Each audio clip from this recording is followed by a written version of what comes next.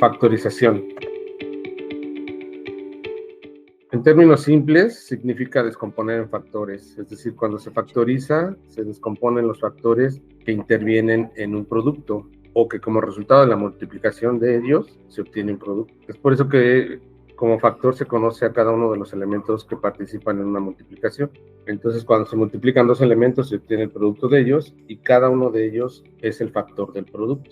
2 por A por B, 2A y B son los factores, menos 21 por X por Y cuadrada, menos 21X y Y cuadrada son los factores, menos 7 sextos X y A son los factores. Cuando se tienen constantes numéricas, el producto en este caso, por ejemplo, es 21, y los factores que al multiplicarse dan este producto son 7 y 3. Estos son los factores 7 y 3. A eso le conocemos como factorizar. Los factores de 8 son 4 por 2 y los factores de 4 son 2 por 2. De manera que podemos factorizar como 4 por 2 o podemos factorizar como 2 por 2 por 2. Que en principio sería 2 al cubo, pero en este caso estamos hablando de factorización y no de exponente. Menos 12 lo podemos factorizar como 6 por 2, menos 6 por 2, o 6 por menos 2. El signo se lo podemos otorgar a cualquiera de los dos factores. Entonces, son factores de menos 12, el menos 6 y el 2, o el 6 y el menos 2. Y los factores de menos 6 son menos 3 y 2, de manera que podemos factorizar como 6 por 2, o como menos 3 por 2 por 2. Pero también 4 por menos 3 nos da menos 12.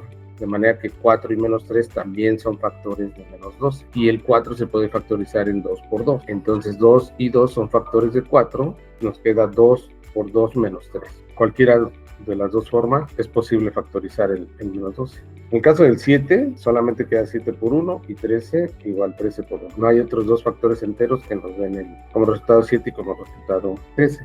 De modo que aquí viene otro concepto básico. Cuando se factoriza completamente es cuando se deja expresada la factorización únicamente en términos de o factores como factores números primos. El 2, el menos 3, el 7, el 13 son números primos. En estos casos también podríamos agregar el 1, pero no tiene sentido agregarlo. Entonces, cuando se queda expresado en factores conocidos como números primos es cuando se dice que está factorizado completamente.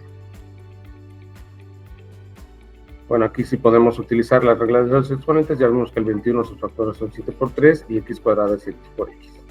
8z cúbica p cuarta, el 8 ya vimos que es 4 por 2, z cúbica lo podemos descomponer en z por z cuadrada, p cuarta en p cúbica por p, el 4 son factores 2 y z cuadrada es z por z, p cúbica puede ser p cuadrada por p, y esto es p por p por p, de manera que tenemos 1, 2, 3, 4, 3, y ya está factorizado completamente.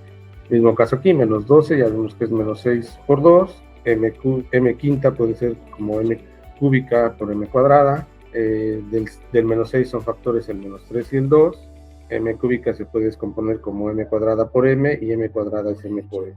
Al final tenemos menos 3 por 2 y las 5m que representan m. Es decir, el m quinta o el p cuarta o el z cúbica se pueden ir descomponiendo no completamente como 5 productos de m, ¿no? Sino como m cúbica por m cuadrada. Esto es importante recordarlo porque cuando se resuelven o simplifican expresiones algebraicas, no siempre se factoriza completamente como acá. Puede ser que convenga dejarlo como m3 por m2 o como p cúbica por p. Y bueno, como el menos 12 también se puede factorizar como menos 4 por 3, como el otro ejemplo, entonces m quinta también la puedo factorizar como m cuarta por m, y m cuarta la puedo factorizar como m cuadrada por m cuadrada, y al final llegamos a la misma factorización, 2 por 2 por menos 3 y m por m por m por m.